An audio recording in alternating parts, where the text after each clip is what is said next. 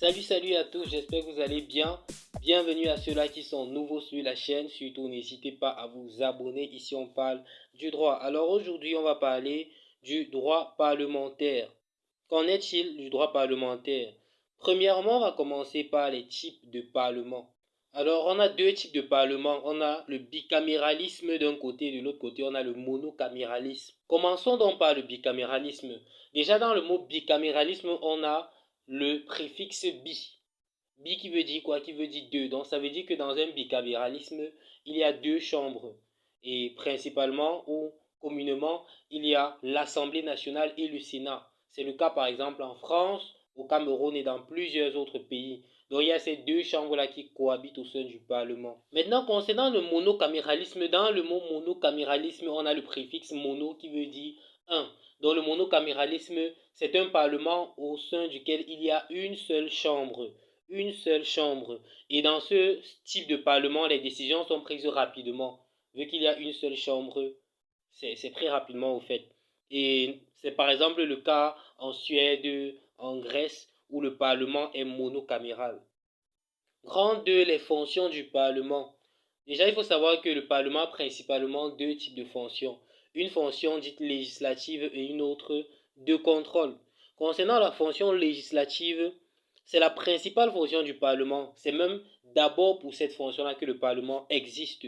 Parce que sa particularité, c'est quoi? C'est de légiférer, c'est de créer, c'est d'amender des lois. Donc ici, le rôle du Parlement, c'est de voter des lois, c'est de voter des lois dans l'intérêt des citoyens, dans l'intérêt de tout le monde. B. La fonction de contrôle. Les parlementaires aussi une fonction de contrôle. Ils doivent contrôler les actions et les politiques du gouvernement. Et ils peuvent le faire à travers des débats, des questions, des enquêtes et même des rapports.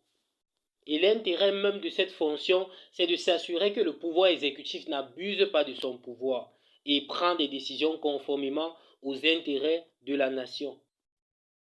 3. Les immunités parlementaires. Ici, il s'agit des mesures de protection qui ont été mises en place pour les parlementaires. Donc, on a d'un côté l'irresponsabilité, de l'autre l'inviolabilité. L'irresponsabilité parlementaire, ici, signifie que les parlementaires ne sont pas tenus pour responsables de ce qu'ils font ou disent dans l'exécution de leurs fonctions législatives. Quant à l'inviolabilité, ce principe établit que les membres d'un parlement ou du parlement ne peuvent pas être arrêtés, détenus ou même poursuivis en justice pour des infractions pénales ou civiles commises en dehors de leurs fonctions législatives. Bien sûr, ces deux approches ou ces deux mesures de protection ont des limites. Ce n'est pas absolu. 4. Les conditions requises pour devenir parlementaire. Bien évidemment, il y a des conditions qu'il faut remplir pour devenir membre du Parlement et ces conditions-là dépendent des pays au fait.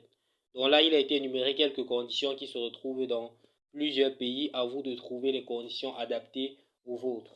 On est arrivé à la fin de la vidéo les amis. Surtout, n'oubliez pas de vous abonner, de liker, de commenter, poser vos questions dans les commentaires. Si vous voulez aussi apporter des ajouts concernant des précisions sur votre pays, faites-le. Ciao.